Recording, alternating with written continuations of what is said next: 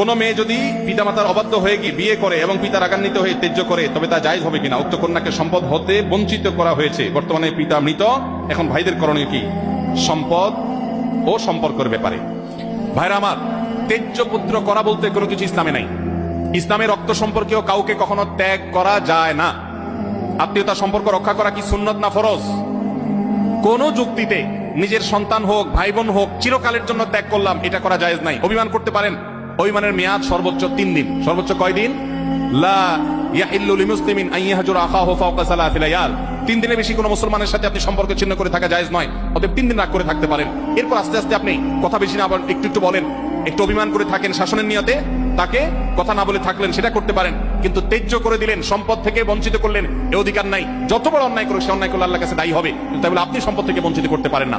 কোন বাবা যদি এটা করে যান, তার মৃত্যুর পর সন্তান ছেলেরা যারা আছেন, তারা মেয়েকে বাবা বঞ্চিত করলেও ওই সম্পদে মেয়ের যতটুকু হক আছে ততটুকু মেয়েকে ফেরত দিতে হবে, না হলে এই ভাইরাও কিন্তু গুনাহগার।